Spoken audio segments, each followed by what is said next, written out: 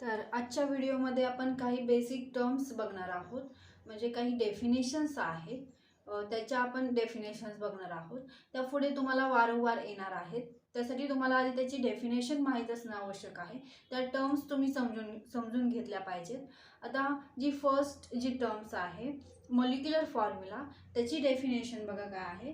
The formula which indicates the exact number of atoms of constituent elements present in the molecule is known as molecular formula. मी definition इथे फळ्यावर लिहिते, तुम्हीही तुमच्या वहीमध्ये note down करा. ओके. मॉलिक्युलर फॉर्म्युलाची डेफिनेशन काय आहे. The formula which indicate exact number of atoms of constituent elements present in the molecule is known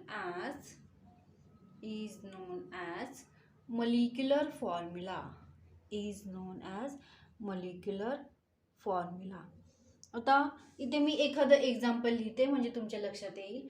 molecular formula of benzene. Okay, बेन्झीनचा मॉलिक्युलर फॉर्म्युला आपण लिहूया. Molecular formula of benzene. आता structure तुम्हाला माहिती आहे बेन्झीनचं. ओके, स्ट्रक्चर कसं काढता तुम्ही, हे असं बेन्झीनचं स्ट्रक्चर काढता. आता ह्याच्यामध्ये कार्बन किती आणि हायड्रोजन ॲटम किती आहेत हे आपल्याला लिहायचे आहेत. ओके, त्याला आपण मॉलिक्युलर फॉर्म्युला असं म्हणतो. आता मॉलिक्युलर फॉर्म्युला म्हणजे काय, तर डेफिनेशन मी इथे लिहिलेली आहे. The formula which indicate exact number of atom of constituent element present in the molecule. म्हणजे त्या मॉलिक्यूलमध्ये एक्झॅक्ट नंबर ऑफ ॲटम्स किती आहेत ते आपल्याला काउंट करायचं आहे. ओके, आता इथे बघा बेन्झीनमध्ये 6 कार्बन ॲटम आहेत. Okay, C6H6. ओके, हायड्रोजन किती आहेत, 6 आहेत. कार्बन पण काय आहेत, 6 आहेत. So molecular formula of benzene is C6H6. आता इथे जर मी मिथेन घेतला, ओके, मिथेनचा मॉलिक्युलर फॉर्म्युला काय आहे. मॉलिक्युलर फॉर्म्युला ऑफ मिथेनचा मॉलिक्युलर फॉर्म्युला काय आहे, CH4. हे माहिती आहे तुम्हाला. Okay, molecular formula of methane is CH4.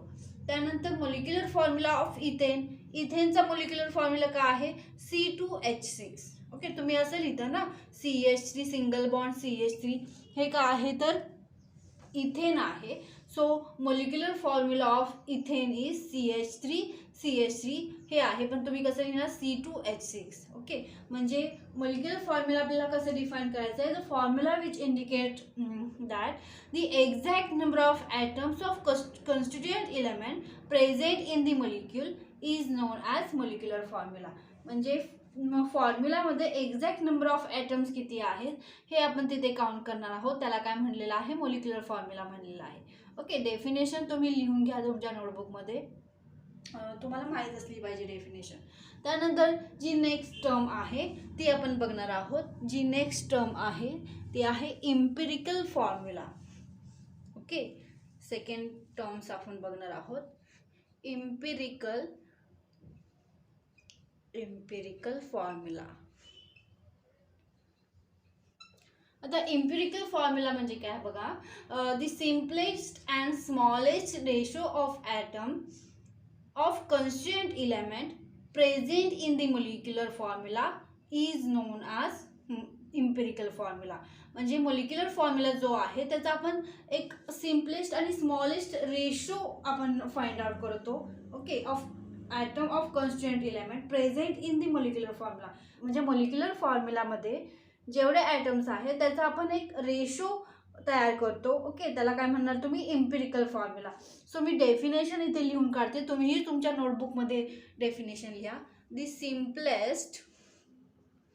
Simplest and smallest ratio of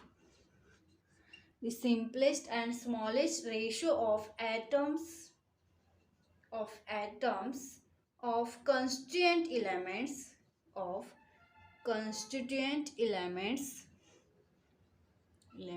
present in the molecular formula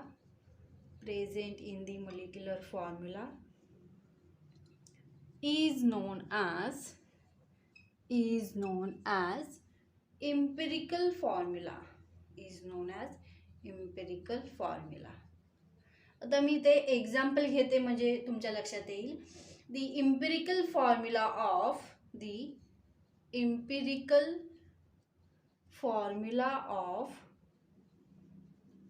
benzene. आता मी इथे बेन्झीनचंच एक्झाम्पल घेते.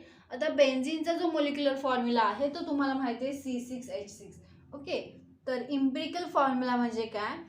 The simplest and smallest ratio of atoms of constituent elements present in the molecular formula is known as empirical formula.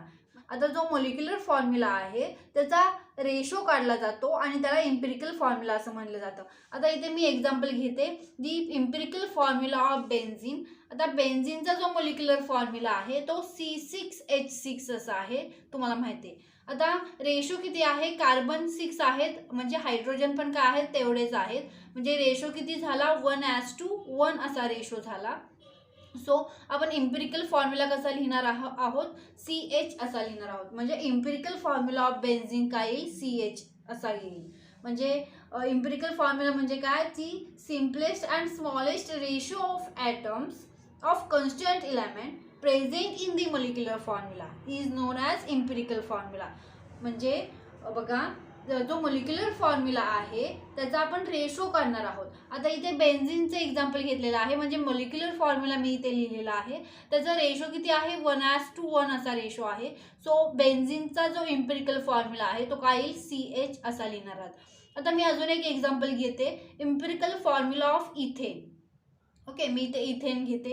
आता इथेनचा जो molecular formula आहे तो तुम्हाला माहिती आहे C2H6 असा आहे. ओके, सो इथे तुम्ही इम्पिरिकल फॉर्म्युला काय लिहिणार? त्याचा रेशो काढा तुम्ही CH3. ओके, असं काय येईल? इथेनचा इम्पिरिकल फॉर्म्युला येईल. ठीक आहे. आता आपण नेक्स्ट बघणार आहोत relationship between molecular formula and empirical formula. आता जर तुम्हाला मोलिक्युलर फॉर्म्युला फाइंड आउट करायचा असेल तर इम्पिरिकल फॉर्म्युलाने जो फॅक्टर आहे एन फॅक्टर त्याला मल्टिप्लाय करावा लागेल तुम्हाला. सो मी इथे लिहिते relationship between molecular formula and empirical formula.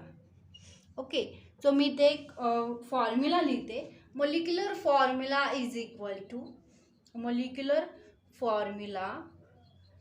Equal to आता मोलिक्युलर फॉर्म्युला जर तुम्हाला फाइंड आउट करायचा असेल तर बघा, N इंटू एम्पिरिकल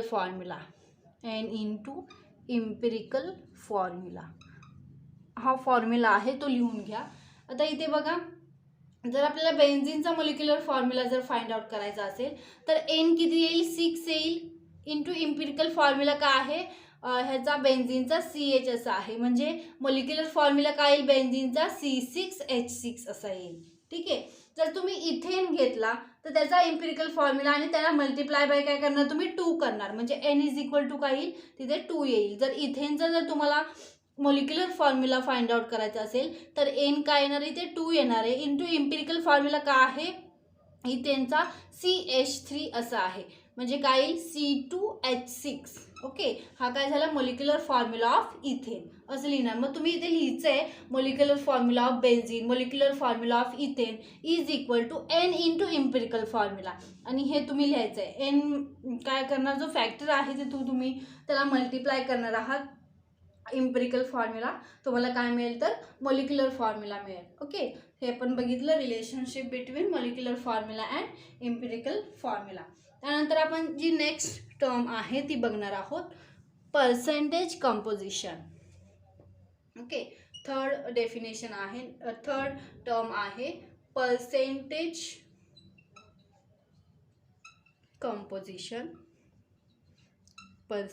कंपोजिशन. आता पर्सेंटेज कंपोजिशन म्हणजे काय बघा, मी ते डेफिनेशन तुम्हाला सांगते.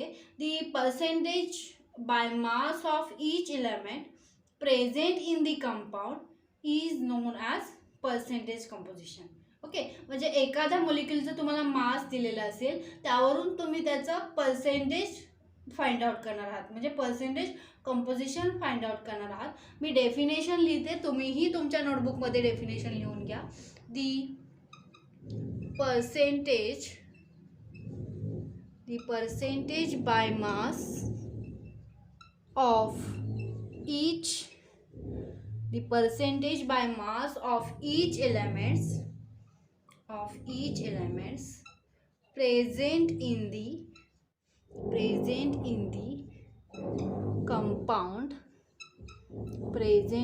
compound is known as percentage composition. आता मी इथे एक्झाम्पल लिहिते. इथे लिहिते मी H2O. सपोज मी इथे वॉटर घेतलं आणि जर मला पर्सेंटेज कंपोजिशन त्याचं फाइंड आउट करायचं असेल, आता मी इथे डायरेक्ट लिहिते. इथे बघा, पर्सेंटेज कंपोजिशन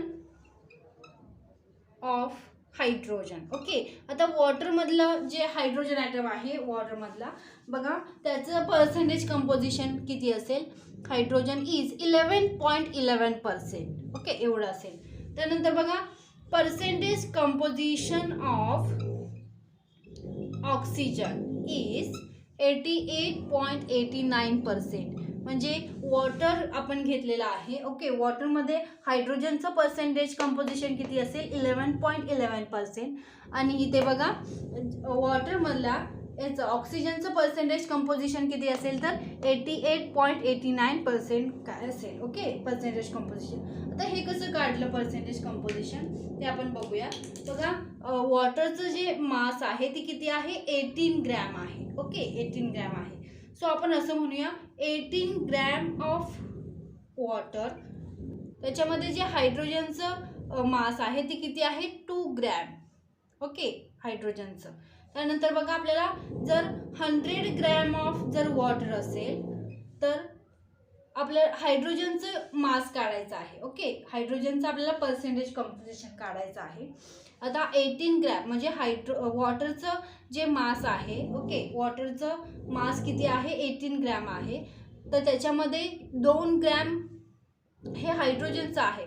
जर आपल्याला 100 ग्रॅम ऑफ वॉटरचं जर तुम्हाला जर 100 ग्रॅम ऑफ वॉटरचं जर मास दिलेलं असेल, तर तुम्ही काय करणार आहात, त्याचं पर्सेंटेज कंपोजिशन काढणार आहात. सो काय करा तुम्ही, 100 × 2. Okay, 100 × 2 divided by 18 is equal to किती येईल, 11.11%. मग तुम्ही ऑक्सिजनचंही तसंच करणार आहात. आता इथे जर तुम्हाला मास माहीत नसेल तर काय हरकत नाही, फक्त तुम्हाला पर्सेंटेज कंपोजिशनची व्हॅल्यू दिलेली असते. हे फक्त माहीत असलं तरी सफिशियंट आहे. कॅल्क्युलेशनची काही तुम्हाला इथे गरज पडत नाही. ठीक आहे, फक्त तुम्ही जी डेफिनेशन आहे ती फक्त लक्षात ठेवा.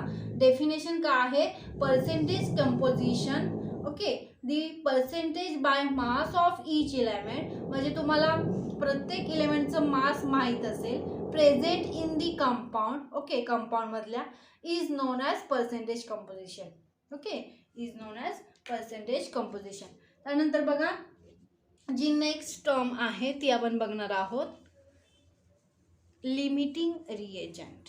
Okay, limiting reagent. Next term आहे 4th term, limiting reagent. Limiting reagent म्हणजे काय, तर बघा, the reagent which limits the amount of product will form in chemical reaction is known as limiting reagent. मी इथे लिहिते, the reagent which limit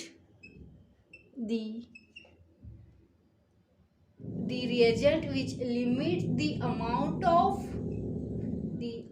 of product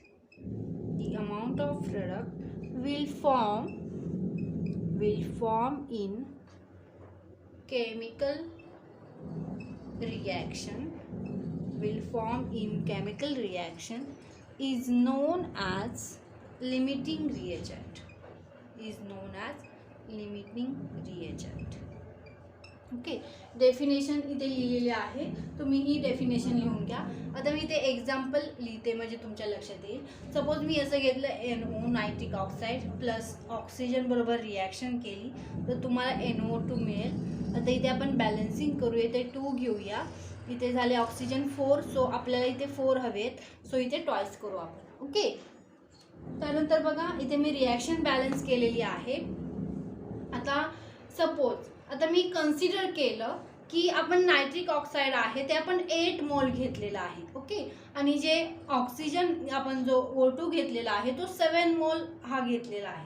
okay, त्यावरून तुम्हाला amount of NO2 form म्हणजे हा जो NO2 तुम्हाला फॉर्म झालेला आहे त्याचं तुम्हाला मोल काढायचा आहे. ओके, तो किती आहे म्हणजे तुम्हाला लिमिटिंग रिएजंट इथे तुम्हाला ओळखायचा आहे. लिमिटिंग रिएजंट कुठला असेल. ओके, या दोन्हींपैकी.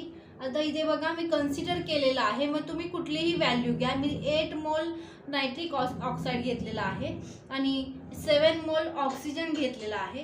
आता बघा इथे इफ 8 मोल NO okay nitric oxide is used the amount of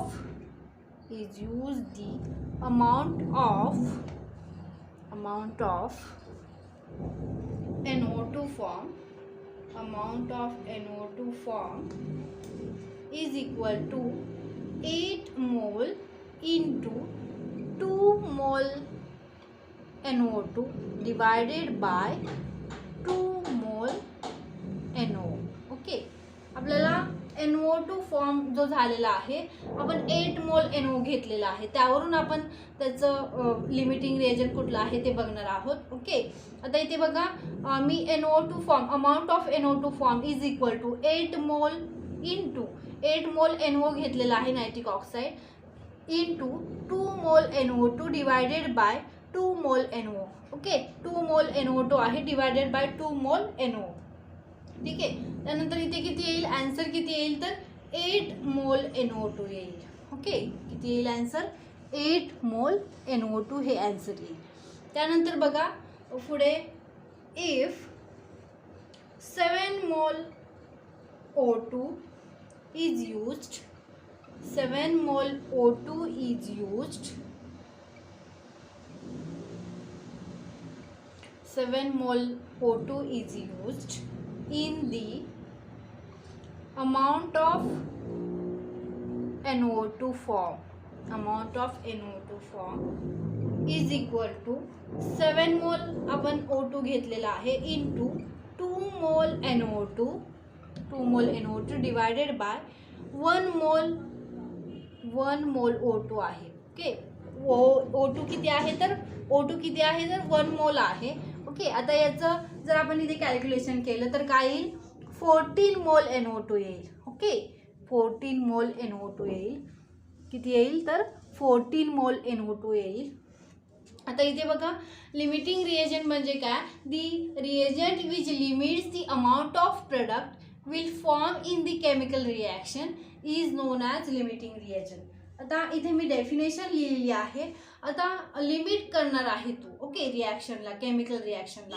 आता इथे बघा मी ते NO2 फॉर्म लिहिलेला आहे. बघा NO2 फॉर्म जर मी इथे 8 मोल NO घेतला तर किती येते 8 मोल NO2 येतोय आणि 7 मोल जर इथे ऑक्सिजन घेतला तर NO2 फॉर्म किती होतोय 14 मोल होतोय. म्हणजे लिमिटिंग कुठला आहे तर 8 मोल आहे. म्हणजे इथे लिमिटिंग रिएजंट कुठला झाला तर हा झाला NO नायट्रिक ऑक्साईड. हा काय झाला इथे लिमिटिंग रिएजंट झाला. ओके, आता इथे जर तुम्हाला कॅल्क्युलेशन जर समजलं नसेल तरी काही हरकत नाही, फक्त तुम्हाला एवढं माहीत असलं पाहिजे लिमिटिंग रिएजंट कुठला आहे. ठीक आहे, त्याची डेफिनेशन तुम्हाला माहीत असू द्या.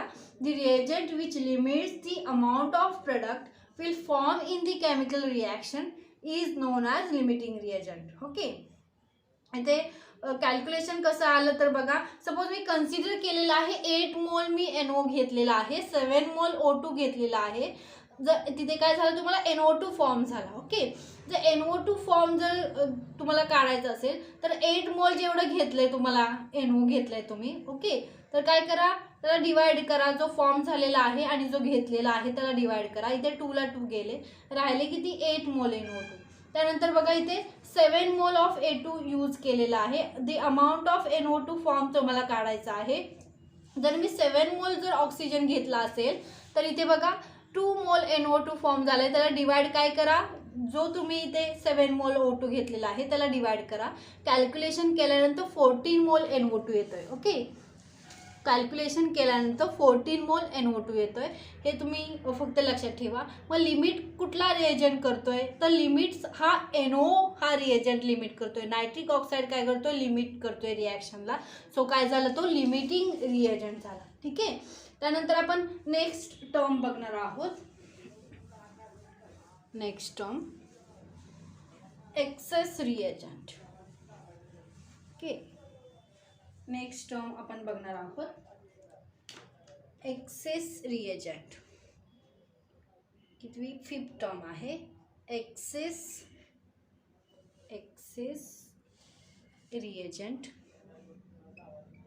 Access reagent. ओके, तर डेफिनेशन काय असेल, the reagent which is taken in excess amount and remain unreacted in chemical reaction is known as excess reagent.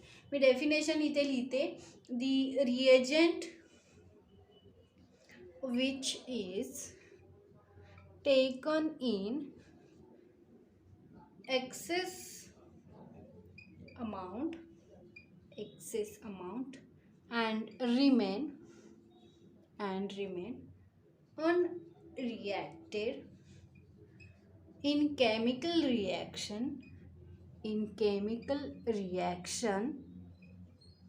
is known as excess reagents.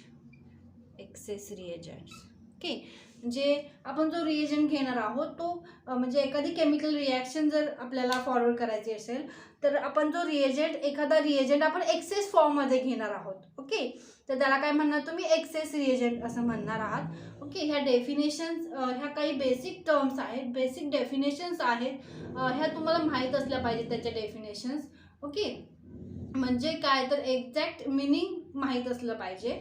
त्यानंतर त्या वारंवार आपल्याला पुढे येणार आहेत. एक्सेस रिएजंट, लिमिटिंग रिएजंट किंवा मॉलिक्युलर फॉर्म्युला, इम्पिरिकल फॉर्म्युला हे सारखं येणार आहे आपल्याला. त्यासाठी डेफिनेशन्स मी ते तुम्हाला आधी घेतलेले आहेत. तुम्ही काय करा, डेफिनेशन पुन्हा बघा, लक्षात ठेवा म्हणजे काय ते. ठीक आहे, जर नसेल समजलं तर मला व्हॉट्सअपवरती पर्सनली विचारलं तरी चालेल. ठीक आहे, त्या नेक्स्ट आता इथे आपण थांबूयात. नेक्स्ट व्हिडिओमध्ये आपण नेक्स्ट पॉईंट सुरू करणार आहोत.